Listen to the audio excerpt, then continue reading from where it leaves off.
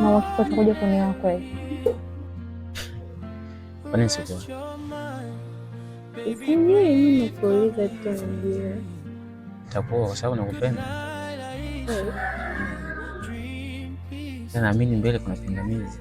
Wazazi wako na vile ni kikwazo kikubwa sana mimi kukuoa. Na vile hawajalizika kabisa mimi kuwa na wewe kwenye uhusiano.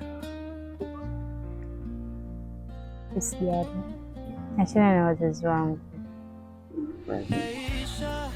Sababu mimi ndo nimekupenda na wewe ni mwanaume wangu, wao hawatakuwa na pingamizi lolote. Nimesikia unataka kutoka kwa ajili yangu, sio kwa sababu gani? Ni kweli?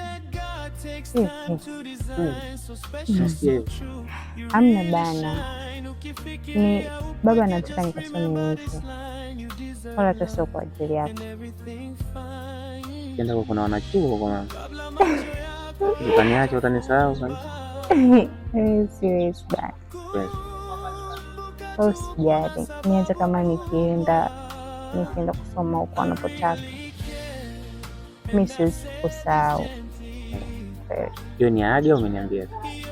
Nakuahidi. Hiyo ni ahadi gani? Mimi siwezi kusahau.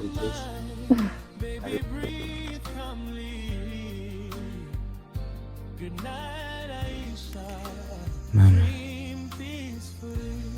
nisamehe sana mamangu. Uliniachia jukumu la kumtafuta ndugu yangu. Nimeingia kwenye majukumu binafsi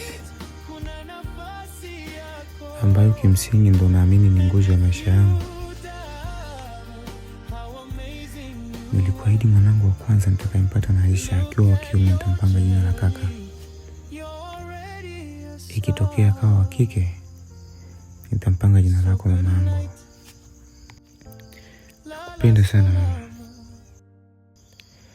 Natambua nikifa leo sababu ya kifo changu ni mapenzi. Nampenda sana Aisha, ila namtafuta sijui yuko wapi. And the morning bring you grace.